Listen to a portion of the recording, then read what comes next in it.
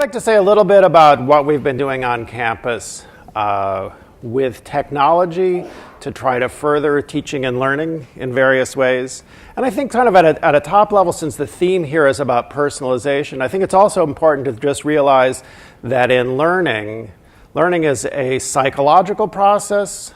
An individual tries to master something or come to greater understanding or develop skills, but it's also a social process. And so I think you see that both in all of the kind of activities we're involved with. We're both looking at different kinds of material, different media, different ways for an individual to pursue their interests, but we're also connecting people up and trying to figure out when is it best to have a community involved in learning, how do we leverage them and build larger communities that bring more interest and input into our process here.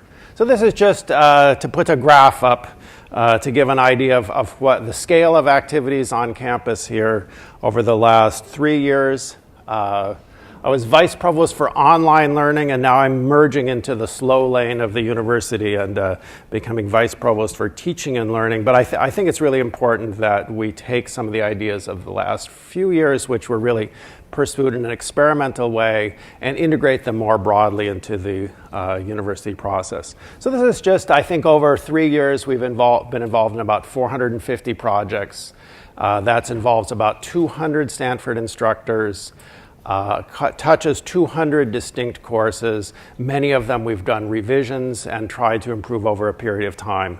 So that's 200 faculty is about 10% of the faculty. That's a pretty good number to reach in any kind of revolution, let's say.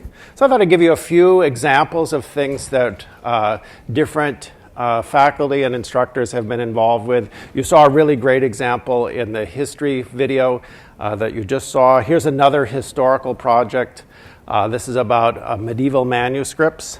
Elaine Treharn is our medievalist in the English department, and we, to support her interest in medieval manuscripts, took a camera crew into the Stanford Library, which has a great extensive collection of medieval manuscripts that are not otherwise available to many people, and also the Cambridge UK Library, and produced digital representations of this material so that her students, our students here on campus, have broader access to that material, and also we can make these publicly available as we have to medievalists worldwide. So that's been a great boost to Elaine, a great boost to the medievalists, and I hope these will be valuable resources to them going forward. Here's an example of something that's more socially based. Here's a course on open education that involves participants from Canada, Ghana, Mexico, United States. So I think for Stanford students to have a discussion here on campus, we strive for diversity, we strive for variety of interests, we try to fill classes with students from different backgrounds, but when you connect together people from 4 or 5 different countries and you put interesting topics out for debate that have a broad interest, and those in different parts of the world will have different perspectives, you get an entirely different kind of conversation. I thought I'd give as a third example a project here that's an example, an instance of a pattern that I've seen several different times in several different situations here. This is a platform for writing around a given context. So the Lacuna Stories project started with a concept of providing material to learners around the events of 9/11 here in the United States, and letting people annotate the material that they see and produce their own personal recollection and writing about where they were at the time, how this affected them, how this affected their family members. So in this context, individuals have resources, input, video, text, things to read, pictures, and then they create their own story, and their own story is there for others to read and critique. So it's really a platform for creativity. I kind of think of this as a laboratory. In science and technology, we have laboratory classes because there's equipment and a framework and a set of things that students can do outside of a lecture or another kind of format to experiment dig into the topic. And we haven't really had laboratories in many of the other topic areas, but this really functions in the same way that a laboratory would function in a science course. So this started with that one theme, and the paradigm has been effective so that now 9 Stanford courses are using this platform, and a couple of Berkeley courses have picked it up. So I think we're seeing some inertia around this particular idea. I thought I'd show you a little bit about how the project has evolved over time. Initially, it was about annotation, people writing in a blog format their own stories. As we progressed over a couple of years, we added more features and added more topics. So above the line, it shows different ways that a learner can interact with the material and create their own story.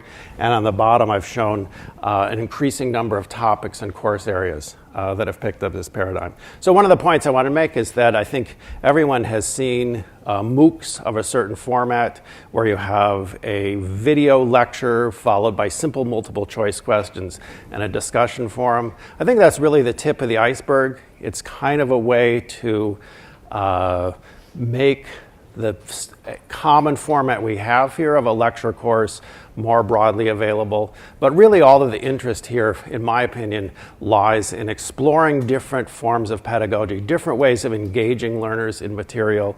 And I think that really in 5 or 10 years, we'll see a much broader array of things online and for learners than the lecture course. Together with the increasing features and the wider range of topics covered in courses based on this platform and activities based on the platform. I also wanted to make the research point that as we proceed and provide richer interaction with material, we can also collect different kinds of data about learner activities, try to understand what's effective for an individual, what kind of features, what kind of prompts, what kind of topics, what makes a successful experience for learners, and how do we generalize from one activity to learn something that we can use in other courses. So really this is an exploratory process. We as academics are always like to ask big questions, try things out, reflect on our activities, see what's been successful, talk with our colleagues, and proceed. So I think this effort, the last few years, the increased interest in teaching on campus has in effect turned our own teaching activity into a part of a form of research activity. I'm really excited to see the faculty interest in this, and I think that's going to change the university and hopefully participate in the transformation of higher education in a positive way. So going forward, there are many big questions. I think fundamental for us as educators is how can we provide the best possible learning opportunities for students? And I think that includes our enrolled students in the kind of programs we've had, undergraduate programs, graduate programs, but really a university like Stanford is a great resource. We've collected many great thinkers, leading researchers, and so on, and if we can interact more broadly through other kinds of programs, that helps us with our research. We draw on students for our inspiration and also helps us carry our message and the ideas we develop with our students more broadly. And there is also lots of issues, as you know, about cost and the scale and so on. And if we can help address those in some way, being led by quality and effectiveness and things that connect well with our learners, I think that will be a great direction also for us. Those are my quick comments. I hope you have a great day here, and I look forward to talking to many of you throughout the day. Thank you.